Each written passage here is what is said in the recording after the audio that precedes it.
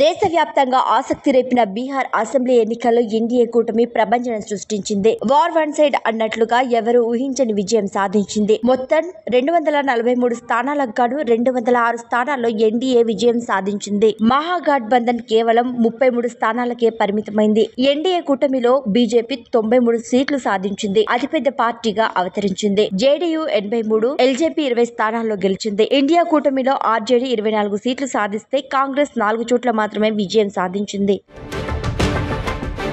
బీహార్లో సుపరిపాలన, అభివృద్ధి ఎన్డీఏ గెలిపించిందని ప్రధాని మోదీ తెలిపారు. బీజేపీ కేంద్ర కార్యాలయంలో జరిగిన విజయోత్సవ వేడుకల్లో ఆయన పాల్గొన్నారు. ఈ సందర్భంగా కార్యకర్తలను ఉద్దేశించి ప్రసంగించారు. ప్రతిపక్షాల అబద్ధాలను కార్యకర్తలంతా సమర్థవంతంగా తిప్పికొట్టారని అన్నారు. రానున్న రోజుల్లో తమ పాలనలో బీహార్ అభివృద్ధిలో మరింత పరుగులు పెడుతోందని పేర్కొన్నారు ప్రధాని మోదీ. జూబ్లీహిల్స్ ఉప ఎన్నికలో కాంగ్రెస్ పార్టీ ఘన విజయం సాధించింది. ఆ పార్టీ అభ్యర్థి నవీన్ యాదవ్ 24,729 ఓట్ల మెజారిటీతో గెలిచారు. బీఆర్ఎస్ అభ్యర్థి మాగంటి సునీత 2వ స్థానానికే పరిమితమయ్యారు. ఇక బీజేపీ అభ్యర్థి దీపక్ రెడ్డికి డిపాజిట్ కూడా దక్కలేదు. ఉప ఎన్నికల్లో విజయంపై హర్షం వ్యక్తం చేసిన నవీన్ యాదవ్ అభివృద్ధి ఎజెండాగా పనిచేస్తానని అన్నారు. అందరినీ కలుపుకొని నియోజకవర్గం కోసం పనిచేస్తానని స్పష్టం చేశారు. జూబ్లీహిల్స్ ఉప ఎన్నిక ఫలితాలపై బీఆర్ఎస్ వర్కింగ్ ప్రెసిడెంట్ స్పందించారు. ఈ ఫలితాలను తమకు నిరుత్సాహించాయని అన్నారు. రాజకీయాల్లో గెలుపోటములు సహజం, ముందుకు పోదామని అన్నారు. అందుకు కార్యకర్తలు సన్నద్ధం కావాలని, మరింత బలంగా పనిచేద్దామని పిలుపునిచ్చారు. కేసీఆర్ మళ్లీ ముఖ్యమంత్రి అయ్యే వరకు శ్రమిద్దామని చెప్పుకొచ్చారు కేటీఆర్. భారతదేశానికి గేట్వేలా ఆంధ్రప్రదేశ్ మారుతోందని ఏపీ సీఎం చంద్రబాబు నాయుడు అన్నారు. పెట్టుబడిదారుల లక్ష్యంగా మన రాష్ట్రం ఎదుగుతోందని చెప్పారు. విశాఖలో జరుగుతున్న సిఐఐ భాగస్వామి సదస్సులో మాట్లాడిన ఆయన ప్రధాని మోదీ పాలనపై దేశ ప్రజలకు విశ్వాసం ఉందని అన్నారు. 2047లో గాను మన దేశం నెంబర్ 1 ఎకానమీ అవుతోందని ధీమా వ్యక్తం చేశారు.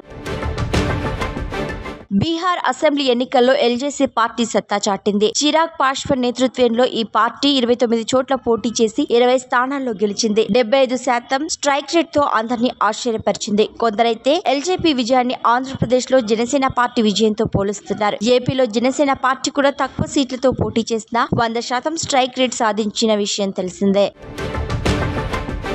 ఢిల్లీ బాంబు పేలుడు ఘటనపై దర్యాప్తు కొనసాగుతున్న వేళ కీలక పరిణామం చోటు చేసుకుంది. ఎర్రకోట వద్ద పేలుడు చోటు చేసుకున్న కారును నడిపిన ప్రధాన నిందితుడు డాక్టర్ ఉమర్ నబీ ఇంటిని భద్రతా దళాలు పేల్చేశాయి. జమ్మూ కాశ్మీర్ పుల్వామాలోని ఉమర్ ఇంటిని గురువారం అర్ధరాత్రి కూల్చివేసినట్లు అధికారులు వెల్లడించారు. దర్యాప్తులో భాగంగా అతడి ఇంటిని ధ్వంసం చేసినట్లు తెలిపారు.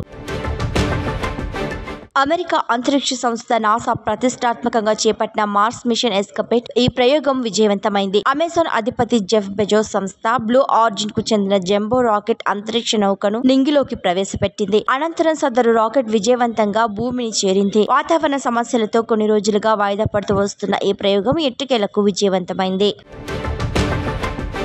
మహేష్ బాబు, రాజమౌళి కాంబినేషన్ లో వస్తున్న SSMB 29 కు సంబంధించి మొదటి ఈవెంట్ నవంబర్ 15న రామోజీ ఫిల్మ్ సిటీలో జరగనుంది. ఈ నేపథ్యంలో అభిమానులను ఉద్దేశించి మహేష్ బాబు ప్రత్యేక వీడియో విడుదల చేశారు. పాస్లున్న వారిని మాత్రమే ఈవెంట్ కు అనుమతిస్తారని, పోలీసులకు సహకరించాలని విజ్ఞప్తి చేశారు. పాసులు లేకుండా కంగారు పడి వచ్చేయకండి, అనవసరంగా ఇబ్బంది పడకండి అని సూచించారు.